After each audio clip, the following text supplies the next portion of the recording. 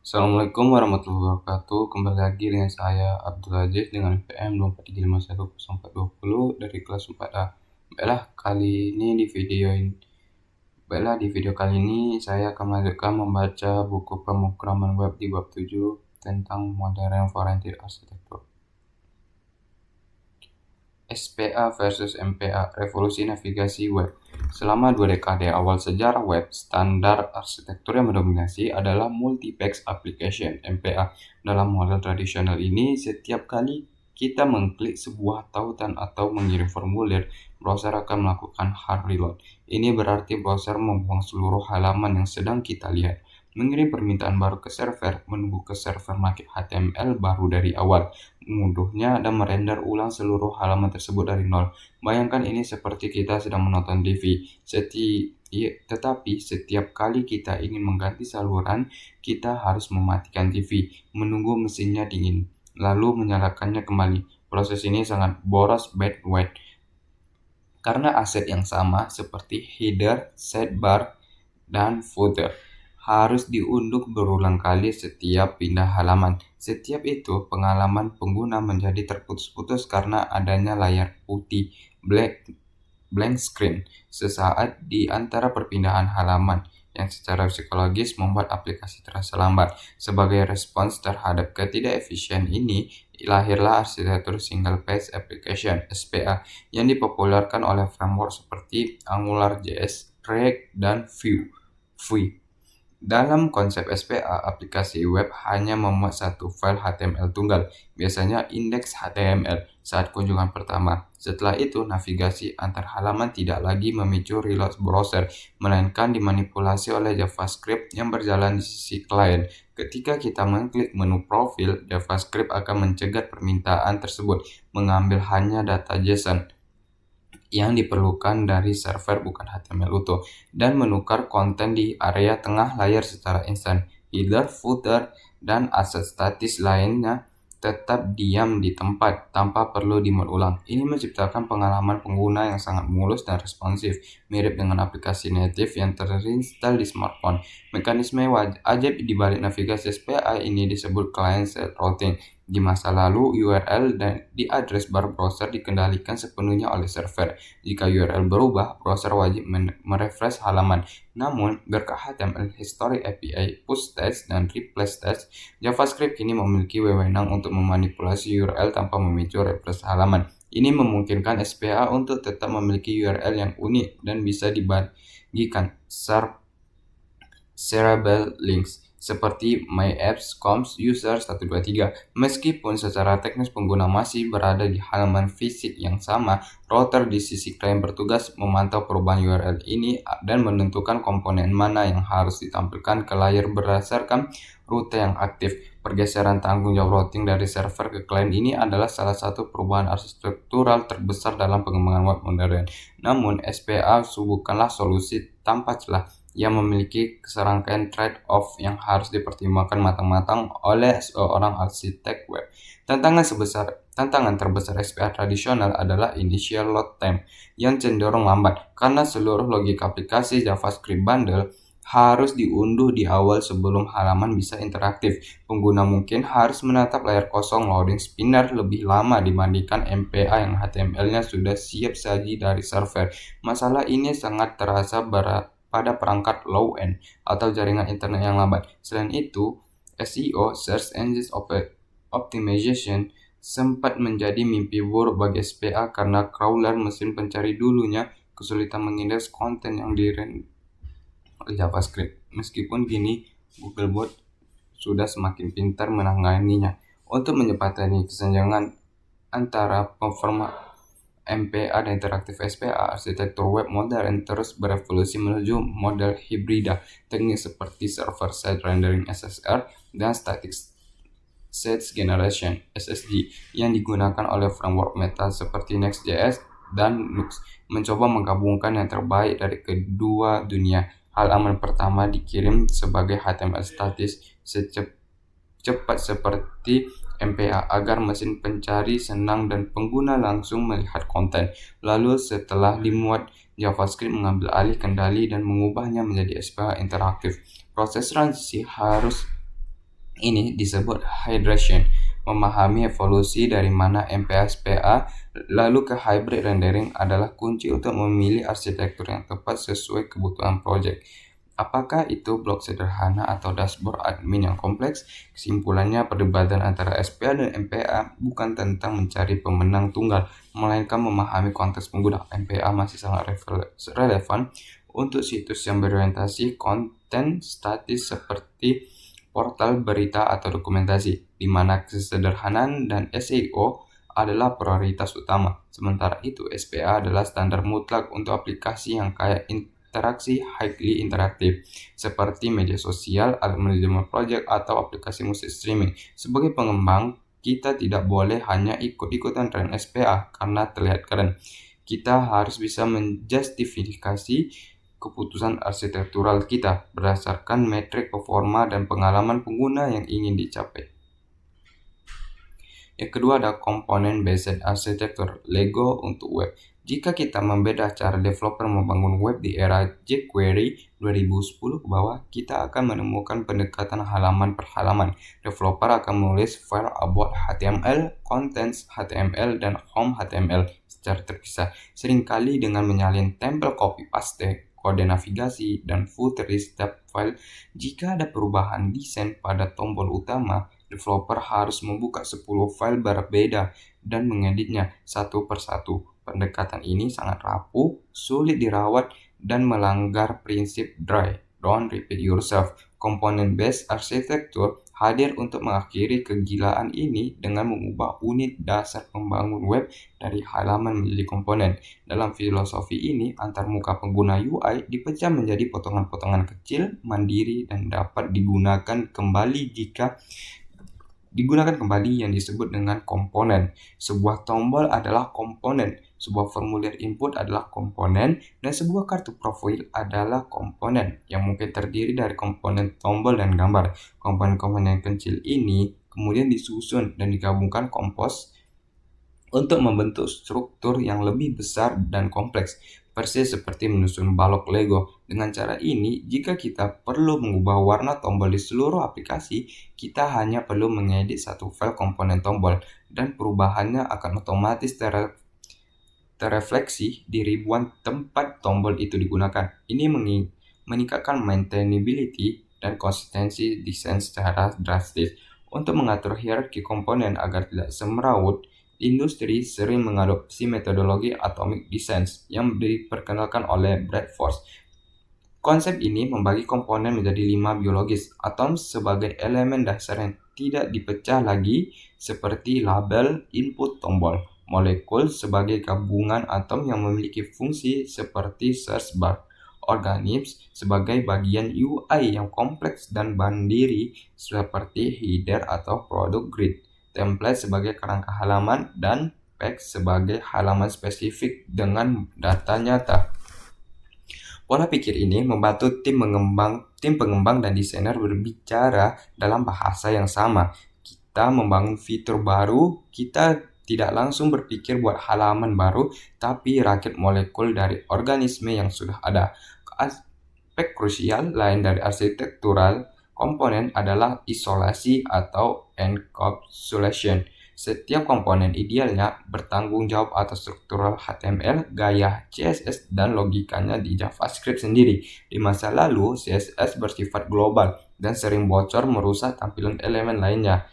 Tetapi dalam arsitektur komponen modern seperti CSS Model dan CSS in JS, gaya sebuah komponen terkunci rapat di halaman di dalamnya. Hal ini memungkinkan developer untuk bekerja secara paralel tanpa takut saling menginjak kode satu sama lain. Komponen tombol milik tim checkout tidak akan terpengaruh oleh perubahan gaya tombol yang memiliki tim login.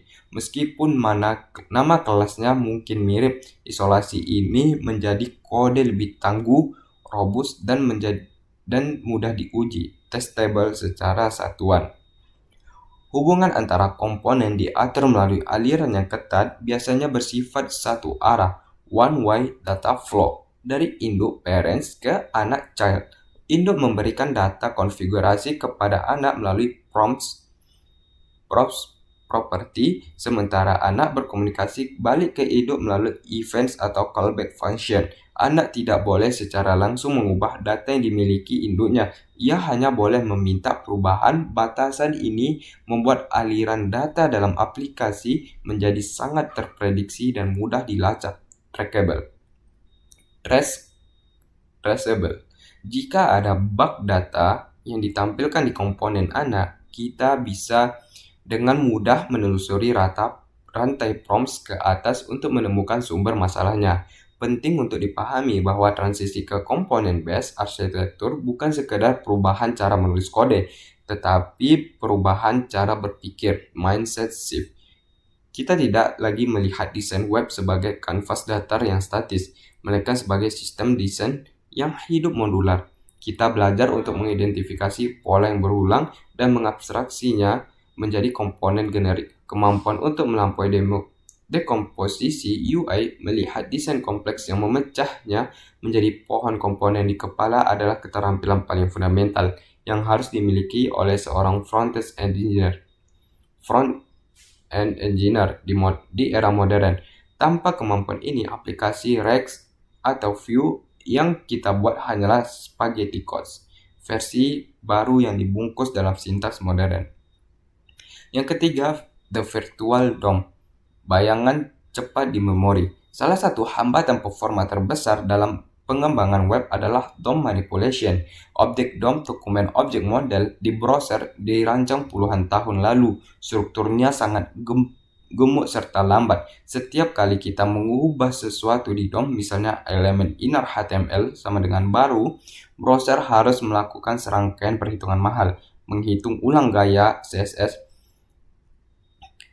recalculate style, menghitung ulang tata letak geometri, reflow atau layout, dan mengecat ulang pixel ke layar, repaint. Jika aplikasi modern melakukan ribuan pembaruan data per detik, melakukan manipulasi DOM secara langsung dan naif akan membuat antarmuka terasa berat, patah-patah, dan memboroskan baterai perangkat pengguna. Untuk mengatasi inefisiensi ini, perpustakaan seperti React mempopulerkan konsep virtual DOM, VDOM. VDOM adalah representasi ringan dari DOM asli yang disimpan dalam memori JavaScript. Bayangkan VDOM sebagai centang biru, blueprint arsitek, sedangkan DOM asli adalah bangunan fisik. Mengubah garis pada cetak biru kertas jauh lebih cepat dan mudah daripada menyuruh tukang bangunan merobohkan tembok bangunannya lagi. Ketika data aplikasi berubah, framework tidak langsung menyentuh DOM asli. Sebaliknya, ia membuat versi baru dari pohon VDOM yang mencerminkan perubahan tersebut. Operasi ini murni terjadi di dunia JavaScript yang sangat cepat, tanpa membebani mesin rendering browser sama sekali. Setelah pohon VDOM baru terbentuk, framework menjalankan proses yang disebut dengan reconciliation atau algoritma defined. Algoritma ini membandingkan foto VDOM lama dengan VDOM baru untuk mencari perbedaan div yang persis. Ia sangat cerdas dalam mendeteksi perubahan minimum yang diperlukan. Misalnya, jika dalam sebuah daftar berisi 100 item, hanya teks item ke-50 yang berubah. Algoritma diffing akan tahu bahwa 99 item lainnya tidak perlu diganggu. Tanpa VDOM, developer yang ceroboh mungkin akan merender ulang seluruh daftar 100 item tersebut, yang merupakan pemborosan sumber daya komputasi yang masif. Setelah perbedaan ditemukan, langkah terakhir adalah patching atau commit patch. Framework mengambil data perubahan spesifik tersebut dan menerapkannya ke DOM asli dalam satu batch yang efisien. Alih-alih melakukan 50 perubahan kecil satu persatu yang memicu 50 kali reflow, framework mengelompokkan semuanya dan menyuntiknya sekaligus. Hasil akhirnya adalah DOM asli diperbarui dengan jumlah operasi seminimal mungkin. Pengguna melihat tampilan yang berubah seketika, tetapi di belakang layar, browser bekerja jauh lebih santai daripada yang terlihat. Inilah rahasia mengapa aplikasi berbasis React atau Vue bisa terasa sangat snappy meskipun menangani data yang kompleks. Namun, penting untuk meluruskan mitos umum bahwa virtual DOM selalu lebih cepat dari DOM asli. Secara teknis, VDOM adalah lapisan tambahan di atas DOM asli, sehingga ia pasti memiliki overhead biaya komputasi. Untuk melakukan diffing, jika kita adalah programmer dewa yang bisa menulis kode memanipulasi DOM manual yang super teroptimasi, misalnya menggunakan Svelte yang pendekatannya compiler based tanpa VDOM, hasilnya bisa lebih cepat. Keunggulan VDOM bukan pada kecepatan mentah absolut, melainkan pada kecepatan rata-rata dan maintainability. VDOM memungkinkan developer menulis kode secara deklaratif tanpa perlu memikirkan optimasi manual yang rumit, dan framework menjamin performanya akan cukup cepat untuk 99% kasus penggunaan. Pemahaman tentang VDOM sangat penting saat melakukan optimasi performa tingkat lanjut. Terkadang kita perlu membantu algoritma diffing agar bekerja lebih efisien, misalnya dengan membangun key prompts yang unik pada elemen daftar. Tanpa key yang unik, algoritma diffing bisa bingung dan membuat ulang elemen yang seharusnya hanya perlu digeser posisinya. Memahami cara kerja si bayangan ini membantu kita menghindari anti-pattern yang memaksa VDOM bekerja terlalu keras, memastikan aplikasi kita tetap berjalan mulus bahkan di perangkat seluler dengan spesifikasi rendah sekalipun. Components life cycle, kelahiran, kehidupan, dan kematian. Komponen dalam aplikasi web modern bukanlah entitas statis. Mereka adalah objek yang hidup, bernafas, dan memiliki siklus hidup life cycle yang pasti. Memahami siklus ini sangat krusial karena kita perlu menjalankan kode tertentu pada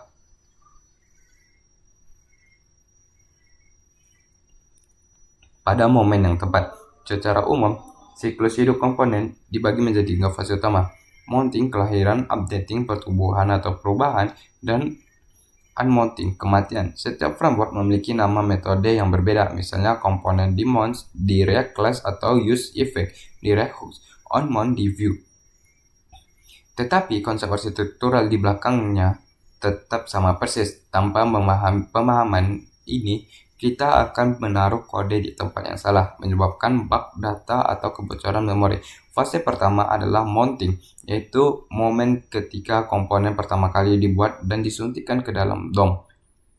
Ini adalah tempat yang tepat untuk melakukan inisialisasi yang membutuhkan akses ke server atau API eksternal. Misalnya, jika kita membuat komponen daftar pengguna, kita akan memanggil fungsi fetch API atau users pada fase ini. Jangan pernah melakukan pengambilan data berat di dalam fungsi render atau constructor utama, karena itu bisa memblokir proses rendering awal dan membuat aplikasi terasa lambat. Mounting hanya terjadi sekali seumur hidup komponen tersebut, kecuali komponen itu dihancurkan dan dibuat ulang dari awal. Fase kedua adalah updating, fase terpanjang dalam hidup komponen.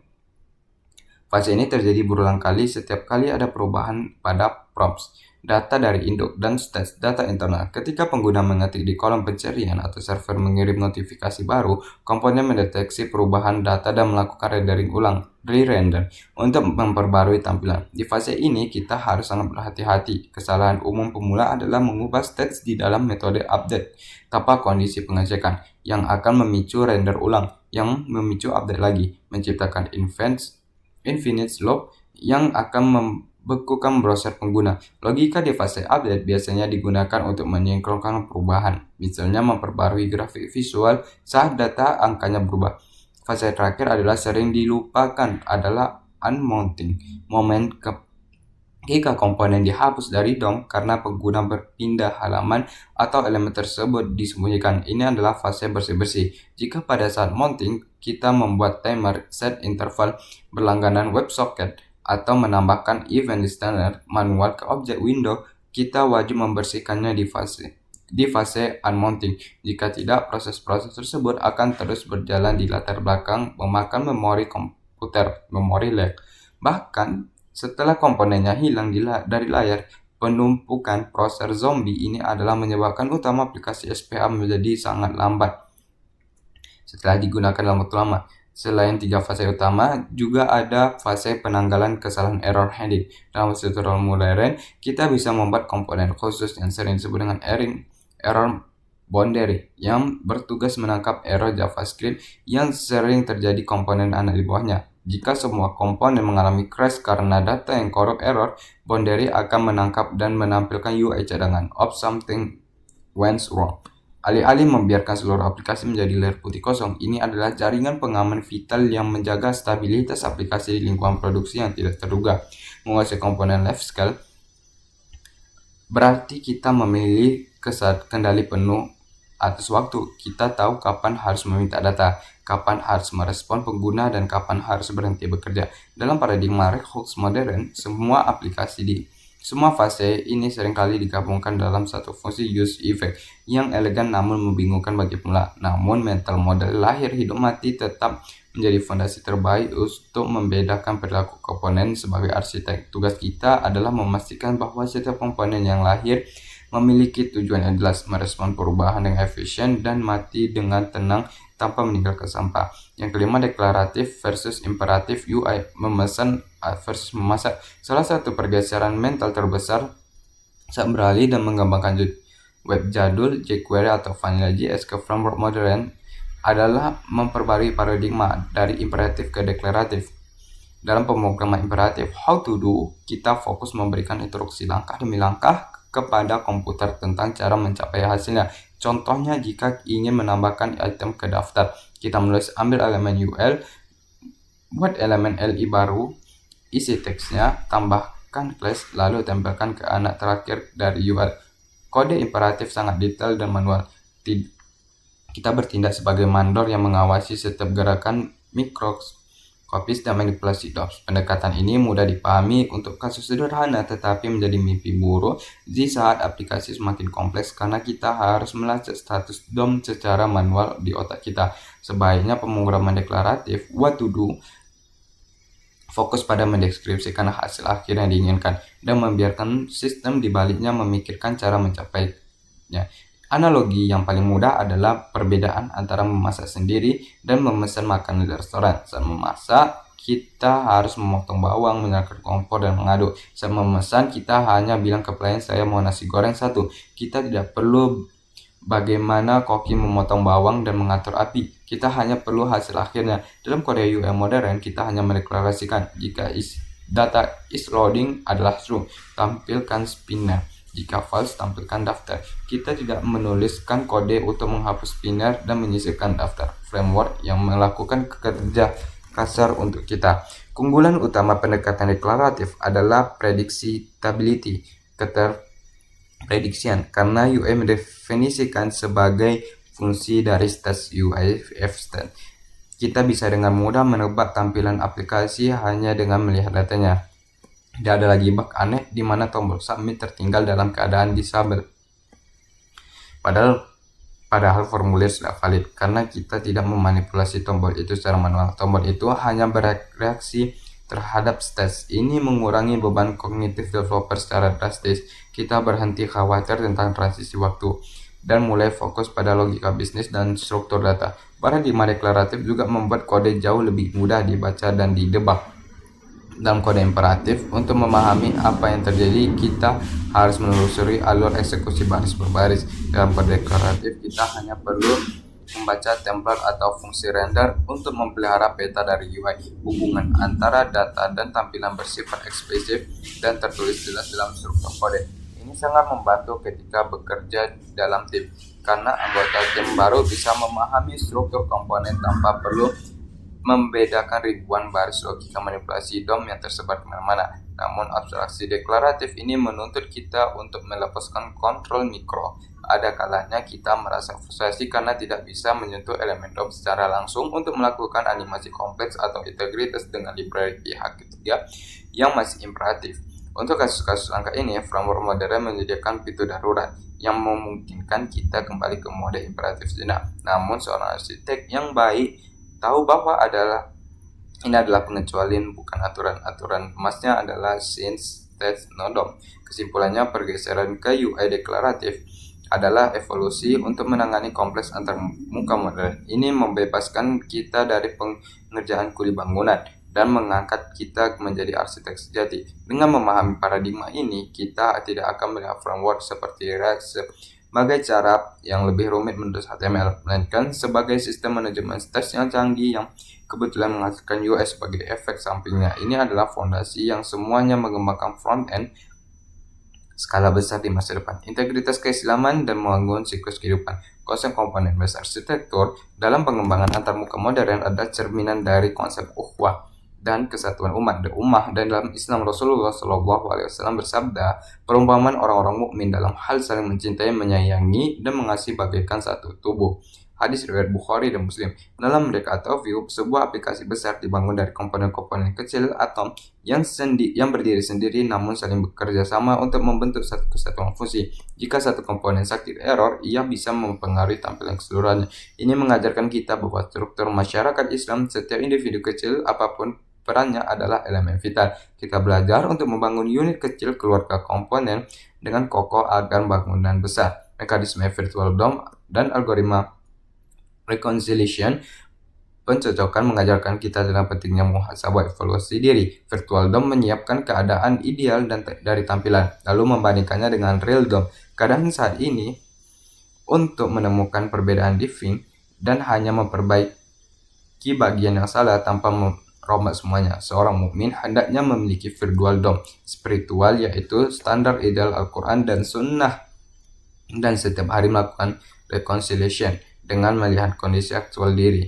Nah, jika ada perbedaan antara perilaku aktual dengan standar ideal, ia segera melakukan patch, taubat atau perbaikan pada bagian yang spesifik tersebut secara efisien tanpa perlu putus asa menghancurkan seluruh kehidupannya. Pemahaman tentang komponen life scale, mounting, updating, unmounting adalah metafora teknologi yang indah tentang sunnatullah kehidupan manusia. Kita mengalami fase mounting kelahiran di mana kita mempersiapkan sumber daya awal, fase updating sebagai kehidupan dunia di mana kita berekreasi terhadap perubahan prompts dan stage ujian dan nikmat, dan akhirnya fase unmounting kematian. Dalam React atau fase unmounting sangat krusial untuk melakukan clean up pembersihan memori agar tidak terjadi kebocoran memori.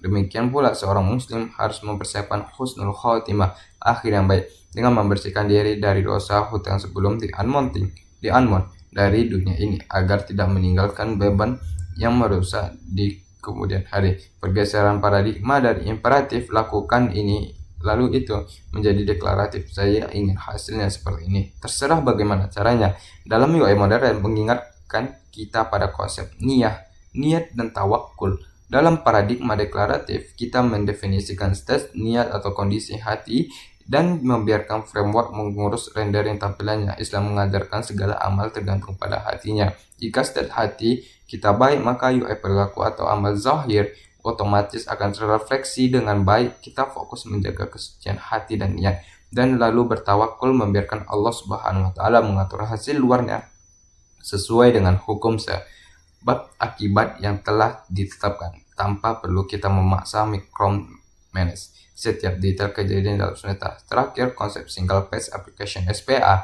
yang memberikan pengalaman rasa stimulus tanpa reload halaman mencerminkan sifat istiqomah keteguhan. Meskipun pengguna berpindah-pindah fitur, aplikasi tetap terjaga dalam satu sesi yang utuh tanpa terputus. Seorang mukmin yang istiqomah adalah mereka yang imannya stabil dan tidak reload atau reset setiap kali menghadapi masalah baru. Koneksi mereka dengan Allah Subhanahu wa Ta'ala tetap tersambung, stateful dalam berbagai situasi kehidupan, menciptakan pengalaman spiritual yang mulus dan konsisten dari awal hingga akhir ayat. Kesimpulan arsitektur interaksi modern, map ini mendefinisikan ulang peran front-end developer dari sekadar penerjemahan desain menjadi arsitek aplikasi kompleks. Berikut pilar-pilar utamanya, yaitu yang pertama adalah navigasi tanpa jeda. Kita memahami bahwa SPA Single Page Application bukan sekadar tren, melainkan standar untuk pengalaman penggunaan yang mulus. Yang kedua, berpikir dalam komponen. Kita akan meninggalkan pola pikir halaman per halaman dan beralih ke atomic design. Yang ketiga ada ilusi kecepatan virtual DOM. Kita menyadari bahwa manipulasi DOM langsung itu mahal. Yang keempat ada siklus hidup data. Pemahaman tentang komponen life scale mounting, updating, unmounting adalah pembeda antara developer yang hanya bisa copy paste dengan engineer yang tanpa tahu kapan harus mengambil data dan kapan harus merespon input dan kapan harus membersihkan memori garbage collection agar aplikasi tidak bocor. Yang terakhir, deklaratif di atas imperatif, transisi dari memerintah browser imperatif menjadi menjelaskan keinginan deklaratif, mengurangi beban kognitif secara drastis. Baiklah, cukup sekian video pembacaan buku pemrograman web dari saya. Mohon maaf apabila ada kekurangan. Saya akhiri. Assalamualaikum warahmatullahi wabarakatuh.